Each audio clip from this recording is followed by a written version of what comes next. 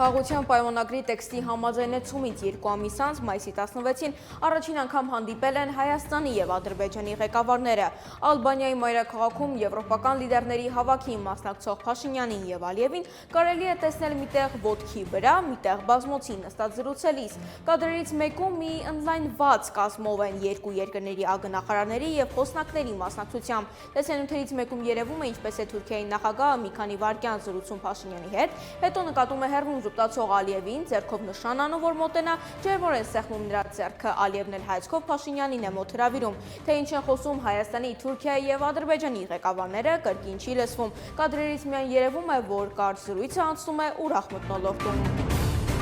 Վարչապետ Նիկոլ Փաշինյանի նախկին թիմակից Հովիկ Աղազյանի ղեկավարած ՄԱՍ կուսակցության վարչապետի թեկնածուն Հայաստանի հատուկ հանձնարարություններով նախկին դեսպան Լուսավոր Հայաստան կուսակցության նախագահ Էդմոն Մարուքյանն է այս մասին մայիսի 16-ին հայտնել է Աղազարյանը։ Մարուքյանն էլ հայտարարել է, որ ուղիղ եթերում խոսի խորհրդարանում նախաձեռնված իմպիչմենթի գործընթացի մասին։ Վարչապետ Նիկոլ Փաշինյանին անվստահություն հայտնելու հարցը վերջին շրջանում ակտիվ քննարկում է նաև խորհրդարանի ընդդիմադիր երկու խմբակցությունները։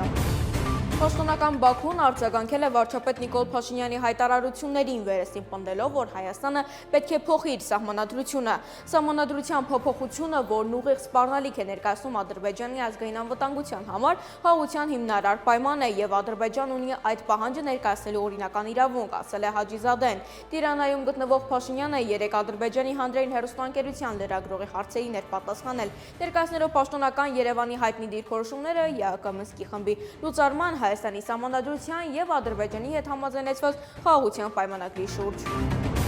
Հայաստանի ներկայացուցիչ պարգը իր Survivor երգով Եվրատեսիլ 2025-ի եզրափակում է։ Եվրատեսիլ 2025-ի եզրափակիչ փուլը կկայանա մայիսի 17-ին։ Այս տարի մրցույթը անցկացվում է Շվեյցարիայի Բազել քաղաքում։ Երկու հայուհիներ դափի նվագակցությամբ եւ հայաստանյան բնության գրկում կատարել են Հանդի Լալա երգը, որը համացանցում լայն տարածում է գտել եւ արժանացել դիտողների համակրանքին։ Հանդի Լալա, էյ արս մի մոր բալա, էյ արս